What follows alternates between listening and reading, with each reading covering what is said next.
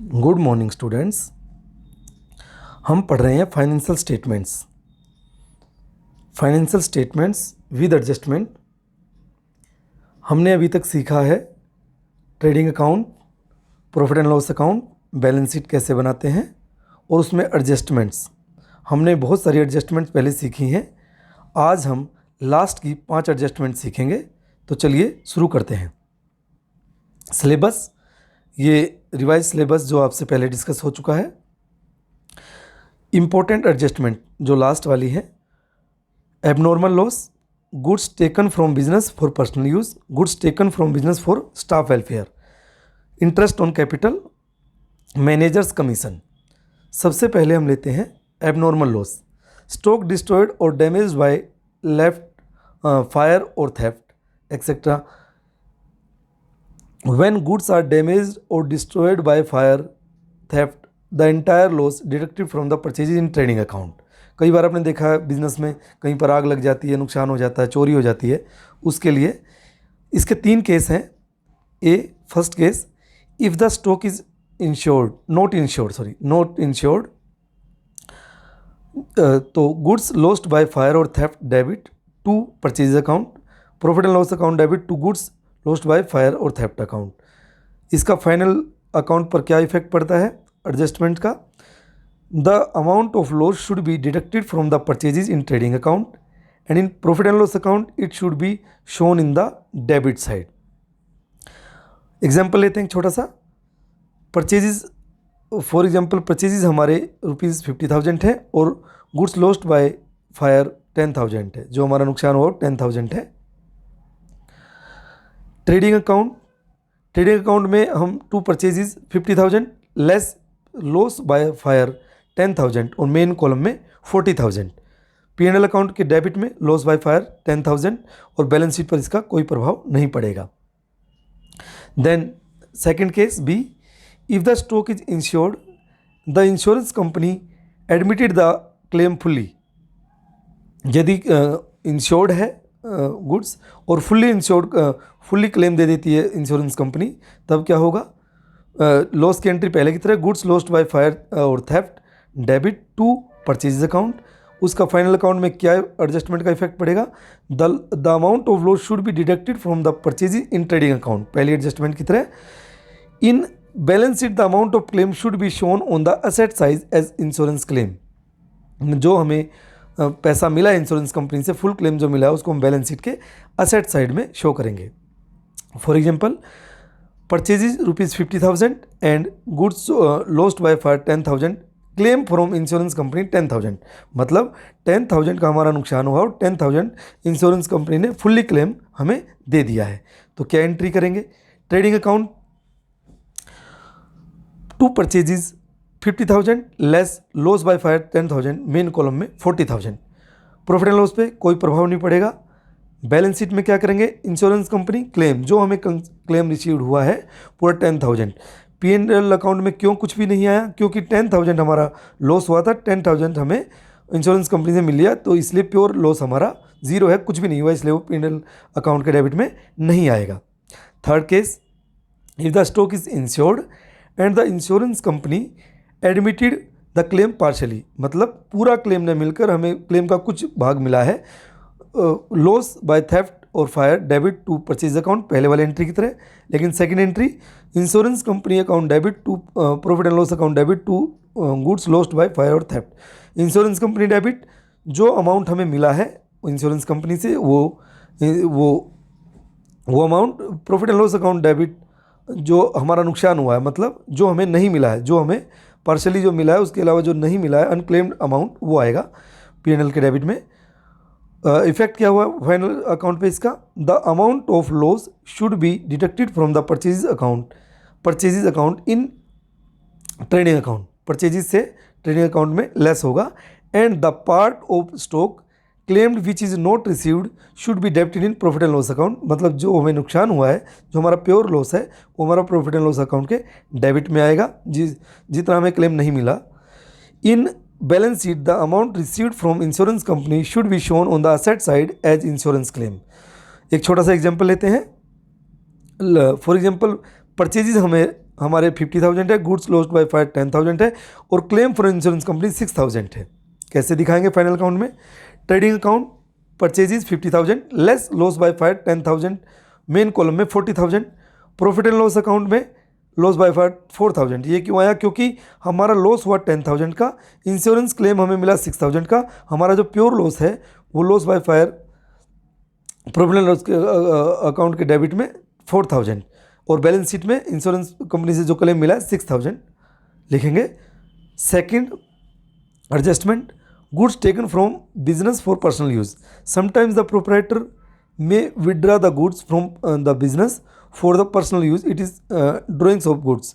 मतलब हमने 11th class में पढ़ा है, जो पर्सनल यूज़ के लिए बिजनेस से जो बिजनेसमैन गुड्स निकालता है उसको हम ड्राइंग्स बोलते हैं। The relevant journal entry, drawings account debit to purchase account. In final account, final account में क्या ट्रीटमेंट होगा इसका? The cost of goods withdrawn as drawings are deducted from the purchase mention on the debit side of the trading account. In the balance sheet, the drawings are either deducted from the capital or added to the drawings account and shown on the liability side. Purchases, for example, छोटा सा example ले रहे हैं। Purchases 50,000 and goods withdraw from business for personal use 10,000.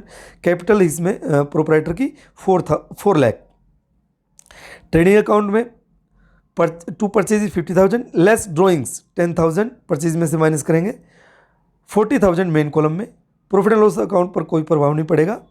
Balance sheet capital 4 lakh less drawings 10,000, main column में capital बच गई हमारी, drawing करने के कारण कैपिटल घट जाती है, वो आई हमारी 3,90,000। 4 lakh minus 10,000। Third adjustment, goods taken from business for staff welfare. Sometimes the goods may be withdrawn from the business for the welfare of the staff of the organization. For example, a firm is dealing in blankets or ready-made garments. Water purifiers can withdraw the goods from the business and offer the same to the staff members for their welfare. When the goods are taken for staff welfare, the goods is reduced by value of such goods such have been withdrawn. These withdrawn goods are treated as staff welfare expenses for business. Journal entry क्या होगी? Staff welfare expenses account debit to purchases account being goods withdraw for staff welfare. Final account में क्या treatment होगा? Goods withdrawn for taken for staff welfare are deducted from the purchasing in the trading account and goods withdrawn or taken as staff welfare are shown as staff welfare expenses on the debit side of profit and loss account. एक example लेके समझते हैं। For example, purchases 50,000, staff welfare expenses 10,000। Businessman ने staff welfare के लिए 10,000 का goods निकाला। Trading account में क्या लिखेंगे? To purchases 50,000 less staff welfare expenses 10,000, main column में 40,000। प्रॉफिट एंड लॉस अकाउंट में स्टाफ वेलफेयर एक्सपेंसेस, क्योंकि हमारा एक्सपेंसेस बिजनेस के पॉइंट ऑफ व्यू से, तो हम इसको staff welfare expenses 10,000 profit and loss account के डेबिट में लिखेंगे। बैलेंस शीट पर कोई प्रभाव नहीं पड़ेगा। Then interest on capital, as per the business entity concept, capital invested by the owner in the business considered to be a loan by given by him to the business, so the owner should get interest on the amount he invested. It is called interest on capital. It is an expense to the business.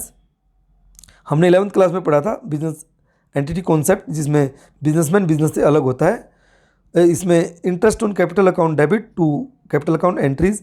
Final account पर क्या प्रभाव पड़ेगा interest on capital का? क्या treatment होगा? Interest on capital is considered as an expense for the business and hence it is shown on the debit side of profit and loss account. In the balance sheet it is added to the capital as it is a gain to the proprietor. छोटा सा example लेके समझते हैं। For example, capital of the proprietor 50,000, interest on capital 6% per annum. Trading account पे कोई प्रभाव नहीं पड़ेगा। प्रॉफिट एंड लॉस अकाउंट के डेबिट में इंटरेस्ट ऑन कैपिटल 3,000, क्योंकि इंटरेस्ट ऑन कैपिटल बिजनेस के लिए खर्च है, इसलिए उसके प्रॉफिट एंड लॉस अकाउंट के डेबिट में लिखा है हमने। बैलेंस शीट लायबिलिटी साइड में कैपिटल आती है, कैपिटल में ऐड किया हमने 3,000, क्योंकि जो 3000 इंटरेस्ट ऑन कैपिटल है वो बिजनेसमैन के लिए गेन है और उससे उसकी कैपिटल बढ़ेगी, इसलिए उसकी कैपिटल होगी 53,000, तो वो मेन कॉलम में 53,000। Managers commission, sometimes a manager is allowed commission on profits depending upon the job profile and terms of the service agreement. Such a commission is calculated as a percentage of profits either before charging such commission or after charging such commission. The formula for calculating manager's commission in each of the above cases is as under. Commission allowed on net profit before charging such commission is equal to net profit before charging such commission into percentage of commission divided by 100, और net profit allowed net profit after charging such commission, net profit before charging such commission into percentage of commission divide by 100 plus percentage of commission. Journal entry क्या होगी इसकी? Managers commission account debit to managers payable और outstanding commission account. Final account पर क्या प्रभाव पड़ेगा इसका, क्या ट्रीटमेंट होगा फाइनल अकाउंट में? The managers commission is treated as a business expense and hence shown on the debit side of the profit and loss account. Usually business commission is still payable on the date of balance sheet and is thus shown on the liability side of the balance sheet as a current liability. Example लेके समझते हैं, दो तरह के example लेंगे हम इसके, before charging और after charging such commission. Example number first A, for example profit before charging such commission 33,000 and Manager's commission allowed on net profit before charging such commission 10%. The formula for the calculating manager's commission in each of the above cases as under.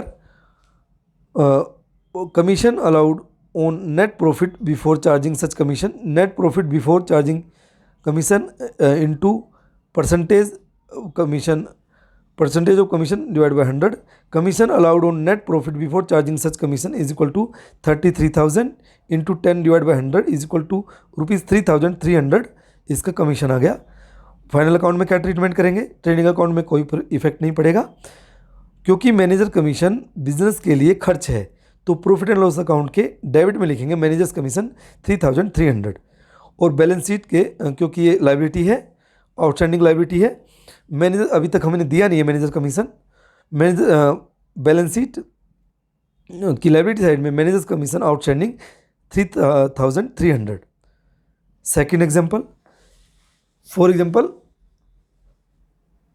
Profit before charging commission rupees 33,000 and manager commission allowed on net profit after charging such commission 10%. The formula of the calculating manager commission, commission allowed on net profit after charging such commission is equal to net profit before charging such commission into percentage of commission divided by 100 plus percentage of commission. तो इस case में क्या निकलेगी commission? Commission allowed on net profit after charging such commission 33,000 into 10 divide by 100 plus 10 मतलब 110, तो commission निकली rupees 3,000। कैसे दिखाएंगे फाइनल अकाउंट में? ट्रेडिंग अकाउंट कोई इफेक्ट नहीं, प्रॉफिट एंड लॉस अकाउंट के डेबिट में लिखेंगे क्योंकि बिजनेस के लिए खर्च है ये, मैनेजर्स कमीशन 3,000 और बैलेंस शीट में लाइबिलिटी साइड में मैनेजर्स कमीशन आउटस्टैंडिंग 3,000। हम ये मान के चलते हैं कि मैनेजर कमीशन भी दिया नहीं है, लाइबिलिटी आउटस्टैंडिंग है। Thank you.